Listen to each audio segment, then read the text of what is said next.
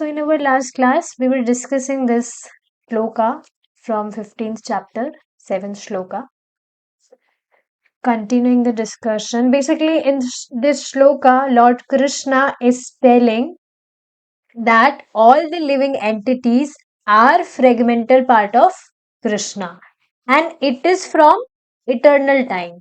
We all are fragmental part of Lord Krishna from eternal time. But due to this conditioned, contaminated life, we all are struggling very hard with our senses, including mind. But actually, this struggling thing is not for human form of life. Because human beings can understand that how can I get rid of this struggle? But animals can't understand this. And that's why Prabhupada ji is telling here that the actual fact is that our constitutional position is not one of struggle. Struggle is the position of animal life. Human life should be blissful and should have as its goal spiritual advancement. At one time, that was India's principle of life, and there was a class of people, the Brahmanas, who engaged themselves exclusively in spiritual culture. So one should understand that even if we are practicing our devotional services, then we should spare exclusive time for our devotional services. It's see, one should not do like this that okay, we have to hear Krishna Katha, we have to chant holy names of Krishna, because people often do like this. That's why I'm telling this. So they say that yes, we chant. Like 2 days earlier only, I I was talking with one Mataji. She basically saw my status. In that, I posted one quote that in this age of Kali Yuga, anyone who is chanting the holy names of Lord Krishna, Hare Krishna Mahamantra, so it is very easy for him to go back to Godhead. So she said, wow. She replied like this, wow. So then I asked her that, do you chant? Mataji, do you chant? So she said, yes, I chant. Later she called me. So she was telling that, yes, I chant whole day. But it's not like that I am chanting some specific number of rounds on my mala. I'm not doing that, but I'm chanting whole day. Or devotees, I don't know what they do after putting their videos off, but this is for sure, this is definite that if you are putting your video off, then you are not exclusively sparing your time in hearing Krishna Katha. You might be doing any other work while hearing class. So okay, that is also okay. That is also good. If any person, if he is completely neglecting hearing, then better is you hear. Even if you are doing any of your work, you hear like that also. But we should exclusively spare our time for our devotional services. Very amazing thing we discussed in our Hindi class today, that our intention should be like this, that we are of Krishna and we are serving Krishna for his satisfaction. Krishna का होकर कृष्ण के लिए, कृष्ण की संतुष्टि के लिए I am serving Krishna. So our intention should be like this. So even whatever services we are practicing, whatever devotional services we are doing, before starting it, we should put this thought in our mind that I am doing this particular service for the satisfaction of Krishna, for pleasing Krishna. This should be our intention. We should put this thought in our mind before starting any of our services. If we are sitting for chanting, so we should put this thought in our mind that I am chanting Hare Krishna for the pleasure of Krishna. I am cooking for Krishna. I am cooking this meal for the pleasure of Krishna. So, yes, here also Prabhupada is telling here that one time that was India's principle of life, that there was a class of people, the Brahmanas, the real Brahmanas, not the so called Brahmanas by their caste. One more interesting thing Prabhuji was discussing about this particular topic only, that any person is not Brahmana by his caste. Suppose if any person has taken birth in a Brahmanical family, but just by his birth, it's not like he is Brahmana, just by taking birth in Brahmanical family. Any person is said to be a Brahmana by his activities, by his behavior, what activities he is performing. Then he is said to be a Brahmana. So here it is written, who engage themselves exclusively in spiritual culture, means exclusively they used to serve Lord Krishna. They used to follow purity. And now also, who are the Brahmanas? Devotees of Krishna. Devotees are actually great from Brahmanas. So Brahmana is identified by his activities and not by simply taking birth in Brahmanical family. This is very much important. Although Brahmanical culture life is in, enunciated in the scriptures of India, it is not for Indians alone, but for all human beings.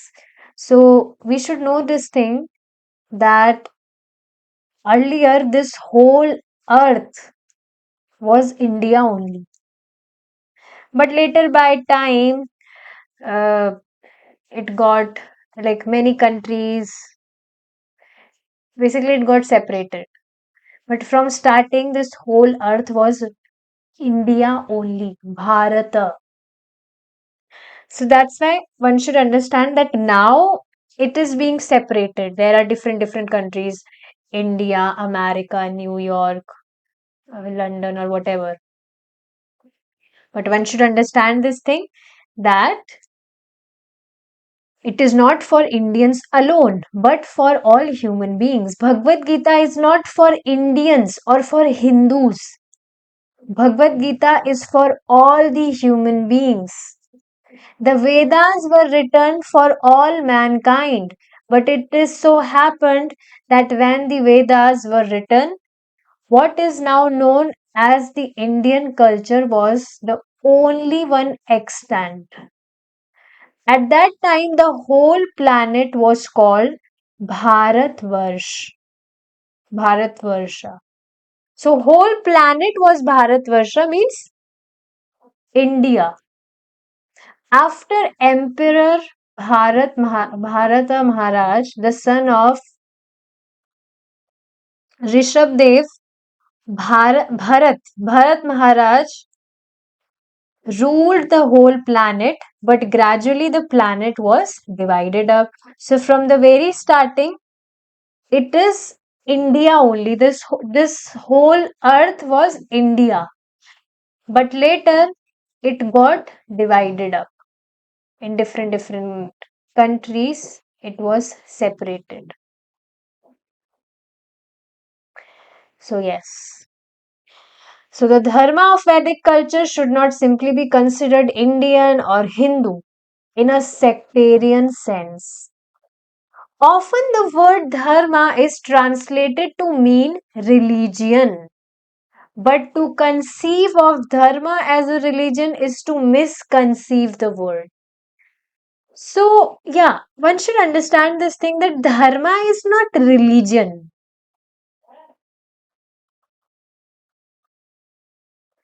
Religion is specifically for a specific group of people or specific group of the caste of the people. But dharma is not a religion. If someone is uh, thinking that dharma means religion, that he's actually misconceiving the word. In general usage, the word religion refers to a particular type of faith, and faith is not always stable. Faith is always unstable, unfixed. You can clearly see this, perceive this, that from the very starting, we have been keeping faith in different things. Is it not? So, right now, your faith is that, um, like it's your faith, it's your shraddha that my constitutional, uh, my constitutional duty is that I do something for my self realization. But earlier, this was not our faith, that my only goal is to do something for my self realization. Earlier, our faith was that we should gratify our senses, we should give pleasure to our senses. This was our faith earlier, but it's not like this today. It is one example. You can see, like, there can be many examples of this. So, basically, what I'm trying to explain here, that our faith keeps on changing by time. Faith is not something which is fixed, which is stable. It is always unstable. But dharma is not like this. The word dharma does not. Dharma indicates the natural occupation of the living entity. For example, wherever there is fire, there is heat and light. So it may be said that heat and light are the dharma of fire. Okay? It is its natural constitutional state that fire means heat and light. Fire cannot change its dharma. In the same way, liquidity is an intrinsic quality of water. No, liquidity, flowy. Water is always flowy. It is always in its liquid state. And this quality cannot be changed. So suppose if you are freezing that water, now it is ice. But it is not its dharma. The quality of water is that it is always be in its liquid state. That is its dharma. If it is, it can no longer be considered water. Because see, if you have freezed that water, then that water will not be water anymore. It will transformed into ice. So yeah, this one should understand. So dharma of the individual soul can never be changed, and that dharma is the occupational duty of rendering service unto the Supreme Lord. Faiths and religions can be changed. Today I may be a Hindu, but tomorrow I may become a Christian or Muslim. You might see this, that people who are identifying themselves with different castes and religion. So suppose if any particular Hindu person, if he or she has married with a Muslim or Christian person. So now he will identify himself with a Christian, uh, like I am Christian. Now my caste is Christian, or now my caste is Muslim. So basically, these identifications, these faiths or religions can be changed. In this way, faiths can be changed, but dharma is a natural sequence and a natural occupation or connection which cannot be changed. Krishna says that as soon as there is a discrepancy in the discharge of the dharmas of the living entities, when there is an upsurge of unnatural activities, he descends.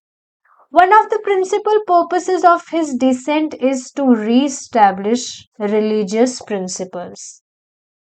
यदा यदा हि धर्मस्य ग्लानिर्भवति Bharat अभ्युत्था अधर्मस्य. This shloka you might have heard. So yeah, here Krishna tells this thing in Bhagavad Gita, that one of the principal purposes of his descent, of him coming to this material world, is to re-establish religious principles. The best system of religion is that which best trains us to surrender unto the Supreme Lord. Very amazing things Srila Prabhupada ji tells in regarding to this context, that if any person, he is identifying himself with any particular religion, or if he is saying that I follow this dharma, this is my dharma, that is your dharma, I follow this dharma because I belong to this particular religion, or stuff like that.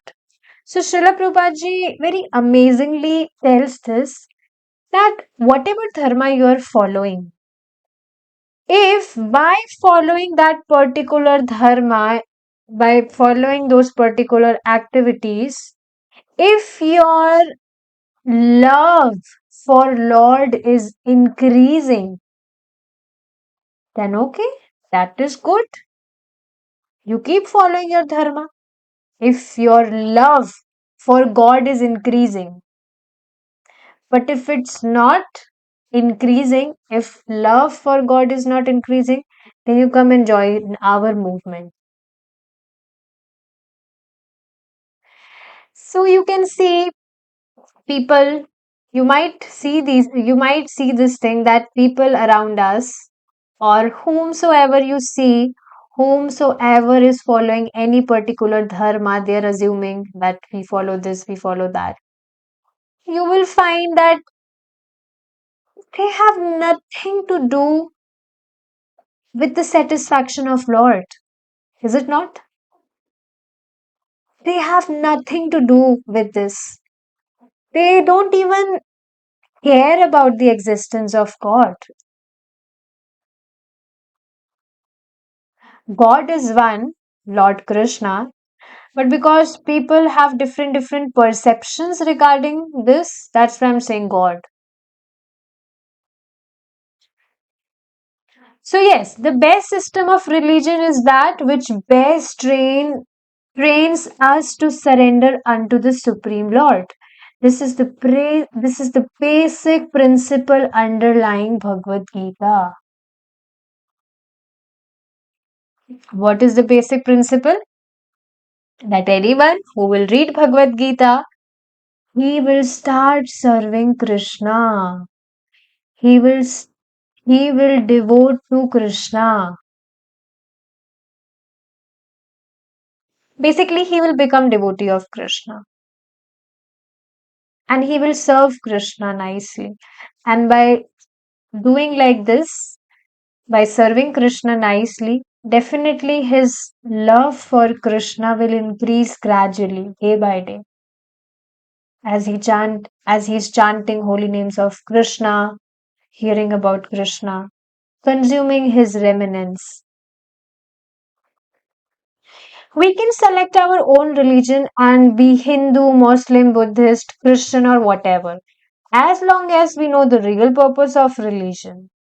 Real purpose of religion is to surrender unto the Supreme Lord, to increase our love for Supreme Lord. Indeed, Srimad Bhagavatam does not recommend that we give up our present religion, but it does hint at the purpose of religion. That purpose is love of Godhead. And that religion which teaches us best how to love the Supreme Lord is the best religion. So it is clear that any person, that can be any person, he might be following any particular religion. But the best religion is which? Which is teaching us to increase our love for Supreme Lord, to teach us to how to love Supreme Lord. Because the purpose of life is to get the love of Supreme Lord. So that is the best religion. So yeah, this is what Prabhupada ji is telling here. That if your religion is teaching you to love Supreme Lord, then good, you keep following. But if it is not, then you should think and you just come and join us. So this is something which is amazing. In this age, especially, there is a general decay in the consciousness of the masses of people. A few people remember that there is a God, but for the most part, people are forgetting Him. Therefore, they cannot be happy. People are thinking that God is dead, or that we have no obligation to God, or that there is no God. This sort of thinking will never make for happiness. You won't believe this. Like, I remember this thing now because I was not understanding this thing before. When I was in my 8th or ninth class, probably, yeah, 8th class. So there was one teacher, so called teacher, science teacher he was. So he was straightforwardly, I don't know, one topic came from somewhere. So he was straightforwardly saying this thing that I am an atheist. I don't believe God. I don't believe on the existence of God. I was not thinking much about this earlier. I was just thinking one thing that I don't know, this was my ignorance only. I was thinking that if he's saying like this, that he's atheist, he don't believe on the existence of God. So he's like free. He don't have to do any worship, any whatever things. Like definitely it was my ignorance. That's why I was thinking like this. Basically, one should understand this thing that until and unless we will not understand our eternal relationship with God. So even if we are doing something, deity worship or etc., and we might be doing it, you all might be doing it when you were not in Krishna consciousness, then also you might be doing some puja part, no doubt. But because we were not understanding this thing that why we have to do this, so we were doing it as a burden because we were not understanding that why do I have to serve God? What is the relationship of mine with Him?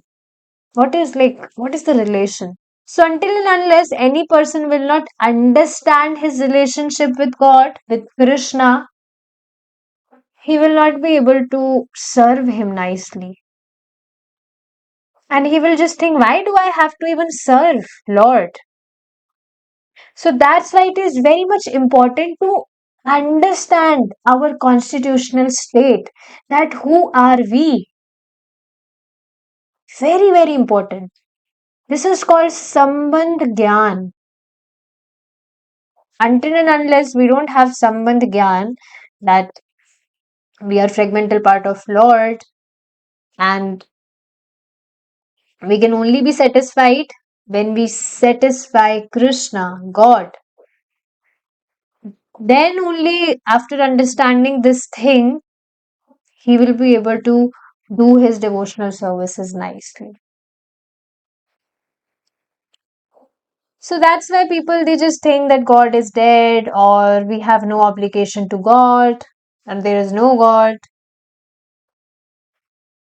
This sort of thinking will never make for happiness. So even that so-called teacher, I still remember his face. He was like always, he was kind of frustrated only.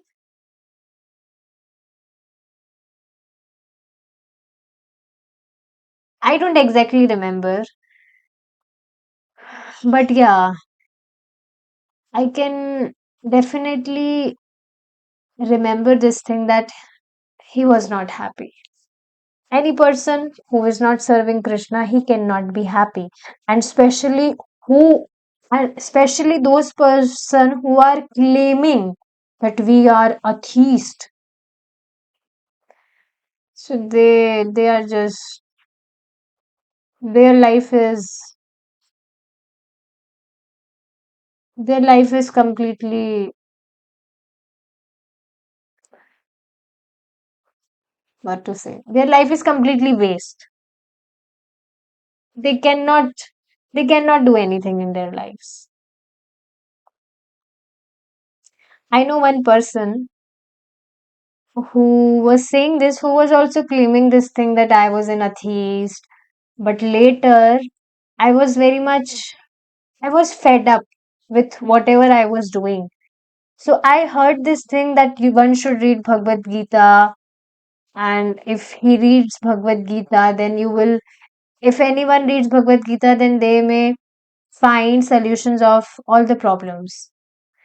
So he was sharing his experience with me, that after reading Bhagavad Gita, even though I was not understanding Bhagavad Gita nicely, but then also I was convinced with this thing, that there is always a supreme person who is controlling everything.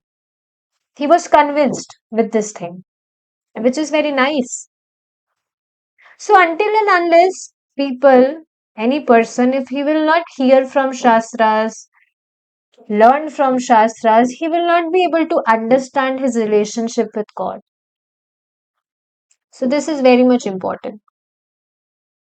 And this sort of thinking will never make for happiness. When civilization is godless or atheistic, as it is today, God or his representative comes to remind people of their relationship by the supreme consciousness. Okay. Now we will be continuing our discussion in our next class, if Krishna is willing. We will stop here now. Srila Prabhupada ki jai, Nitai Gaur Pramanande. Hari Bol. Hare Krishna.